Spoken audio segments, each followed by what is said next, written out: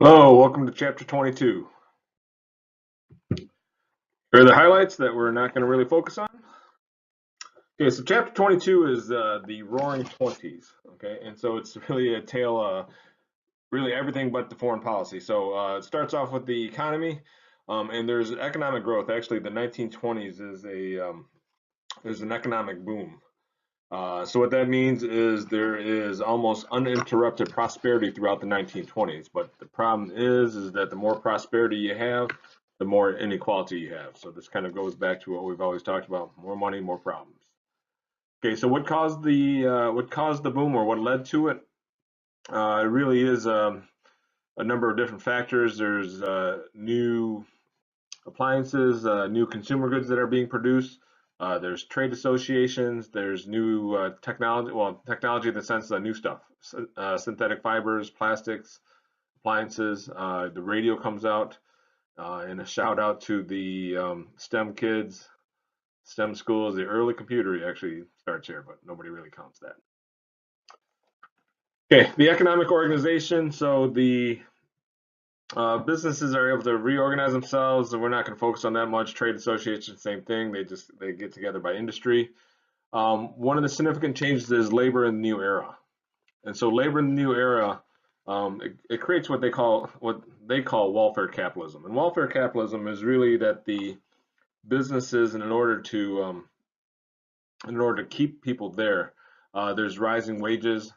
They promise a minimum comfort level, but there's fewer job opportunities. Okay, and so again, things are generally going good for workers, and when things are going good, like wages are higher, you don't really need unions. So that's why the hard times for organized labor, they're not really necessary at this point. Um, but the problem is, so the wages are going up at this time, and this is important note, so you should make sure you jot this down. Wages are going up, but it doesn't keep up with the increased production and profit. So essentially, what that's saying is that businesses are making more money and they're becoming more efficient, but that doesn't necessarily show up in the workers' wages. They go up, but not at the same rate, and that's a point for debate whether that's fair or not. Women and minorities in the workforce. So we go back to the pink collar jobs, and it seems like we've been talking about this for several chapters. Women again show up as secretaries, sales clerks, operators. Again, there's not many married women. Okay, so it tends to be young single women. When they get married, they tend to drop out of the workforce. And frankly, there's just not many job opportunities for them outside of those pink collar type jobs. A. Philip Randolph's a name you should know. He's an African American. He starts a union for African Americans, this Brotherhood of Sleeping Car Porters, the people that work on those trains selling sandwiches and stuff. Many blacks weren't allowed in other unions. He starts a union for African Americans. Okay, this is another key idea here is the idea of the open shop.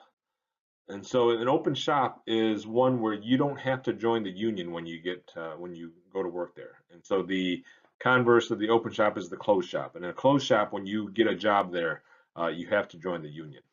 Okay, so that becomes a debate here during the 1920s. Um, the one group that did not fare well during the 1920s was farmers. And so what happens is you have increased mechanization of the farms, you have fertilizers, use of pesticides, and because of all that, you have greater output. Okay, and going back to just basic supply and demand again, once you have greater output without necessarily a equal increase in demand, the prices tend to drop. Okay, and so what the farmers wanted, they wanted parity.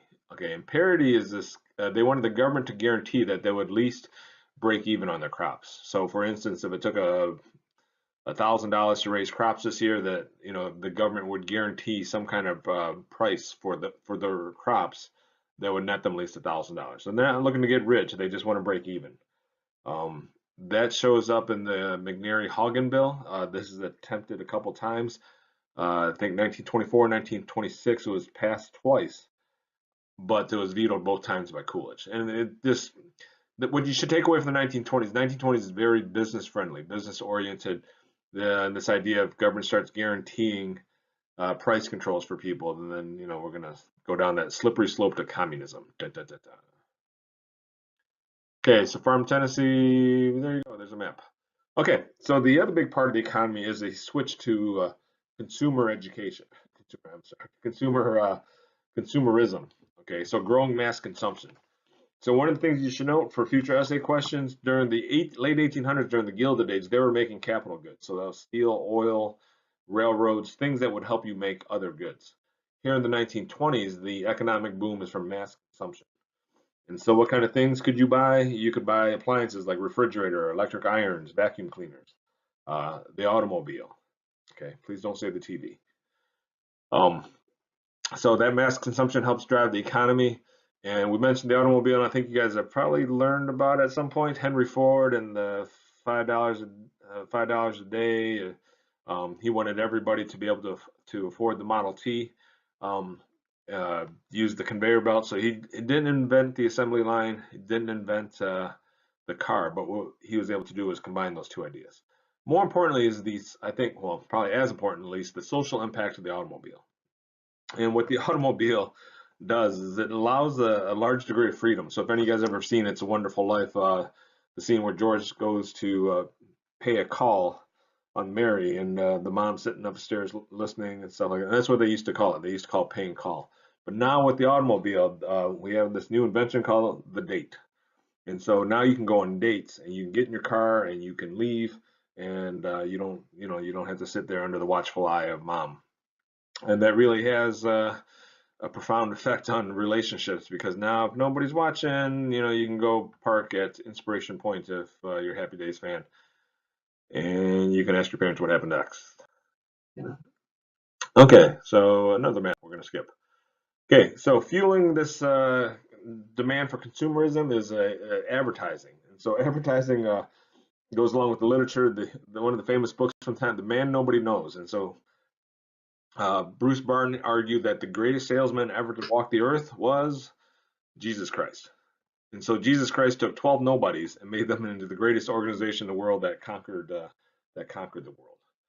And so what advertising does here is it allows you to, or it changes. So it's not just to inform you of a product. It is now to persuade you to buy that product. And so how does it persuade you to buy that product? It tells you the problem that you didn't even know you had. So like you have bad breath and you can't get a date. And then it will sell you the solution. So the solution to your bad breath and dateless nights are Listerine. And it's like, well, by golly, thank you.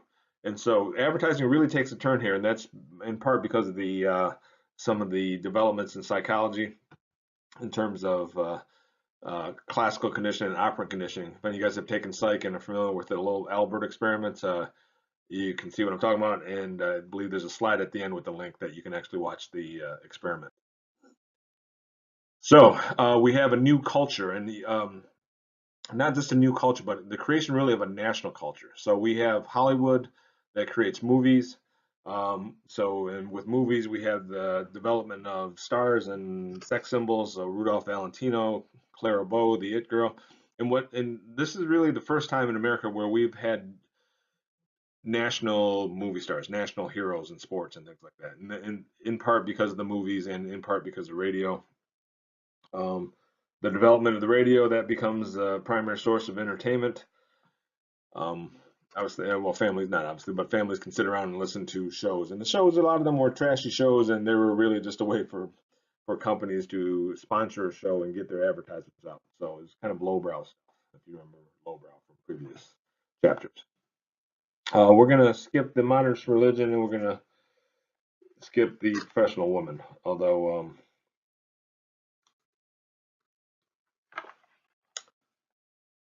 okay, so the changing ideas of motherhood.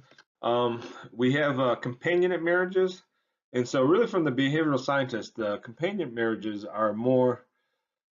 Um, it's more about enjoying your marriage. So having a child shouldn't be the kind of death knell of your marriage. That you should still be able to enjoy your marriage and raise your child. In part, this is, we've talked about this with birth control. So now women can control the number of children that they have without becoming abstinent. It also allows women to be more active in their husband's social life, and for sex not to be sex not for the purpose of procreation, but dare say, for their benefit. You can go ask your parents about that. Okay, big changes we have is the flapper. So the flapper is what you see over here. And so my drawing in class will be much better than this, but changes, women have short hair, exposed shoulders, dresses that show the knee, they wore makeup, they drank, they smoked. And before, like in particular for the drinking and smoking, the people that would do that, women that do that, they typically were prostitutes you'd find in the bar. But now it is flappers, but the image and the reality. So the image is really, it's a lower middle class look. But it starts with the lower middle class that gets kind of picked up by the middle class. This idea, as it becomes popularized, I'm sure it's liberating to be able to show your knees. So women's rights, Alice Paul is still around pushing for an equal rights amendment. Other avenues for women, the Shepherd-Towner Act is a push for childcare, for the government to help out with childcare and prenatal care. And ironically, well, maybe not ironically, but strangely enough, Alice Paul is opposed to this. Margaret Sanger is opposed to this because it felt like it kind of pigeonholed women into just being mothers, like their sole purpose here on earth was just to be mothers. So they actually opposed that. There's a youth culture developed, but we're not going to focus on that right now. Okay, so was everybody happy with these changes? No, and that's kind of the backdrop to 1920s, and so you have a lot of changes, um, but then you also have a backlash to it. And I guess I'll save that for when the backlash actually comes. One of the groups that is unhappy though with these changes is the Lost Generation. So the Lost Generation is a series of authors.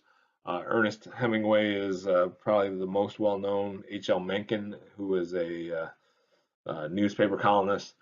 What they do is they reject the success, they reject the consumerism of the 1920s. Okay, so this, live for now because we might all die tomorrow attitude, they reject that. And so how much do they reject that? They reject it to the point where many of them will move to Europe and become expatriates out in Europe.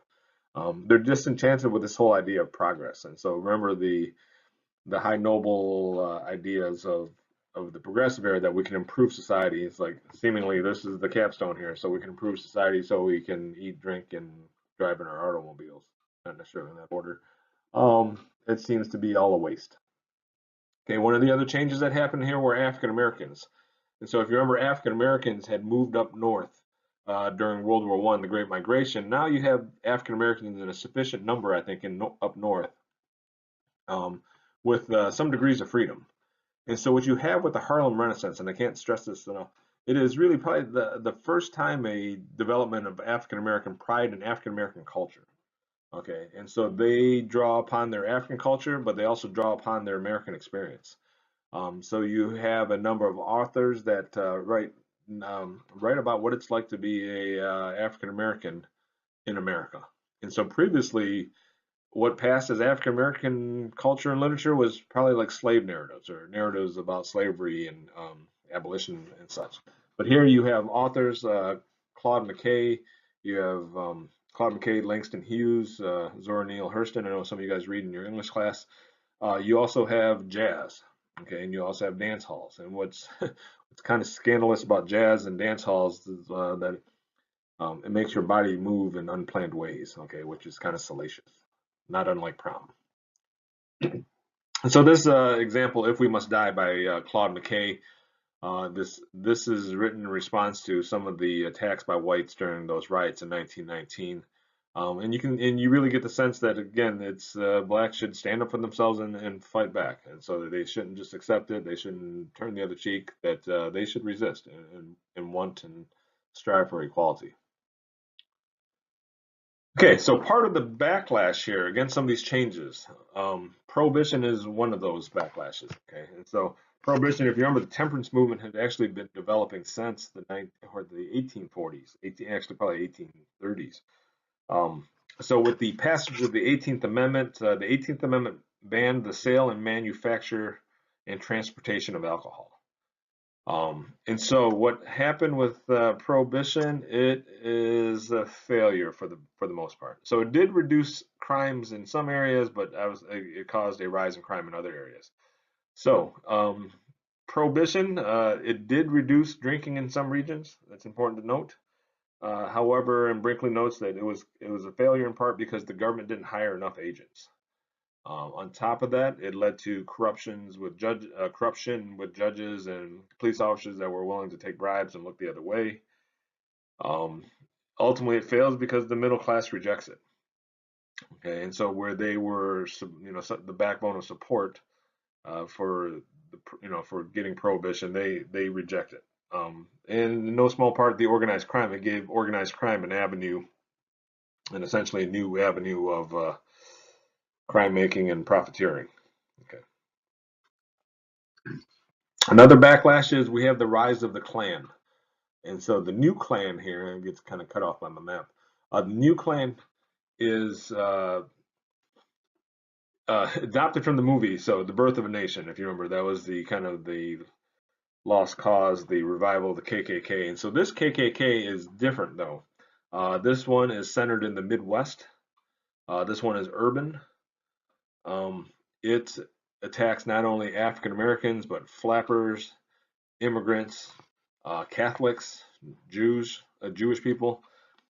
And so it really is, it's different. And really, in honesty, this KKK is more of a money making industry because when you join the KKK, not only do you have to pay the membership fee, but then they charge you for your Bible, charge you for your hood and your robe, and I don't know, charge you for your cross and your gasoline, probably make you pay for the matches too. And the KKK here in the 1920s is really short-lived, and in part because David Stevenson, their national leader, and again, KKK is supposed to be they're supposed to be a moral leader, and so he's convicted of kidnapping a secretary and putting her on a train and crossing state lines, and he kind of nibbles her to death. Like she dies of I think infected bite marks, which is kind of gross. So by the end of the 1920s, they're down to the thousands. Okay, they had a high of 6 million members. They even had a parade down in Washington D.C. But by the end of the 20s, they're down to a few thousand. The National Origins Act is another one of those part of that backlash. So the National Origins Act, the hostility towards immigrants, again, immigrants really towards or immigrants from Southern and Eastern Europe, culminates here in 1924, and so they're able to pass the National Origins Act. What this does, it limits immigration from countries to 2% of their population that was here in 1890.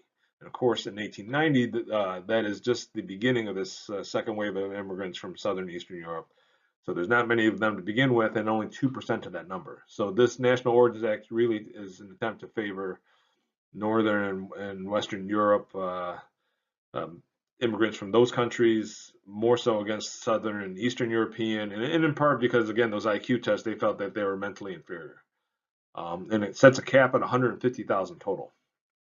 And you're asking about Asian, or you're thinking about Asians, like what about Asians? Asians are essentially banned outright at this time. So Chinese Exclusion Act already in place, 1906, the Gentleman's Agreement limited Japanese, and so really, this is the turning off of the immigrant spigot here into America. And so from 1924 really until 1965, there are very few immigrants coming to this country. Okay, and so you can kind of see this political cartoon tells it all. There's lots of people that want to come in, but very few people that actually make it. Okay, and we can discuss whatever parallels there might be today, or actually part of the immigration debate today. Okay, here's a chart that will essentially show you this dip in immigration. Again, doesn't really open up again until 1965. Okay, again, part of the backlash here. So we have religious fundamentalism, the Scopes monkey trial. So Scopes stands for John T. Scopes. He's a science teacher in Dayton, Tennessee, and he is teaching of evolution. Unfortunately, Tennessee has a law banning the teaching of evolution, and so really this trial is a debate about or debate between evolution and creationism. So he gets put on trial. This becomes a national trial, and then the newspapers send reporters down there. It attracts Clarence Darrow to defend John T. Scopes. William Jennings Bryan, the Cross of Gold guy, he actually comes down there and he works for the prosecution. So it is this big show, and Dayton, Tennessee actually did this just to get attention for itself, but ended up getting kind of the negative attention. So what happens at the end of the day? Darrow puts William Jennings Bryan on the stand, starts asking about the Bible and whether he interprets it literally. And William Jennings Bryan, like, yep, that's what the Bible says. That's what it says. And anyway, he makes them end up looking like a fool. Dayton, Tennessee looks like fools. He is found guilty, fined $100, but never pays, and kind of wins on appeal. So that kind of a whole sordid affair. The Democrats, again, part of this debate. Al Smith is one of the clashes in the 1920s is wets versus dries. Okay, so people for prohibition, people for drinking. Al Smith is Catholic. Al Smith is also a wet. Okay, so that kind of draws the cultural lines, not unlike what we have today. Okay, when it comes to the politics, you get again a series of Republican presidents. Warren G. Harding, but he dies of a food poisoning, I believe it is. Dies of food poisoning, and then you get Calvin Coolidge, who will finish that term and get elected for his own term. And Calvin Coolidge's nickname was, here's a funny story. His name was Silent Cal, the man of very few words. And one woman bet him that I bet I can get you to say 3 words. And his response was, "You lose." Okay, so it's pretty funny. The Warren G. Harding, he was personally honest, but he had a bunch of his crooked friends from Ohio, the Ohio Gang, they're called. And so there were scandals in his government. Teapot Dome is one of those. Teapot Dome, they leased oil reserves in Wyoming to businesses. There is a Veterans Affairs scandal as well. And so not a good look for Harding. Coolidge himself, I don't think he actually said it, but he's credited with like the business of America is business or something to that degree. And that just kind of, again, reflects the time. So the government is laissez-faire, hands-off, pro-business. That's what you should take away from all this. Okay, then lastly, we have Andrew Mellon. Andrew Mellon was actually the Secretary of Treasurer for all the presidents. Okay, and Andrew Mellon, he was successful. I mean, he was a very pro-business guy. He was a businessman himself. He was successful in getting tax cuts for both businesses and individuals. And the belief that if you get tax cuts, you'll drive up demand because they'll have more money in their pockets. He was also able to cut the federal budget, so government spends less money. He cut the World War I debt in half, and so it was really probably more because of Mellon that the government was able to cut taxes and really create a pro-business atmosphere. Okay, and here's a joke for you. Why did Mellon not get married? Because his cousin was Cantaloupe. Okay, I butchered that joke, but you get the idea. Okay, thank you and we're gonna skip Hoover's. Hoover's the last of the Republican presidents. He gets elected in 1928, and then the Great Depression hits, and it essentially ruins his presidency. So, thanks for listening. Hope you subscribe, and we'll see you in class.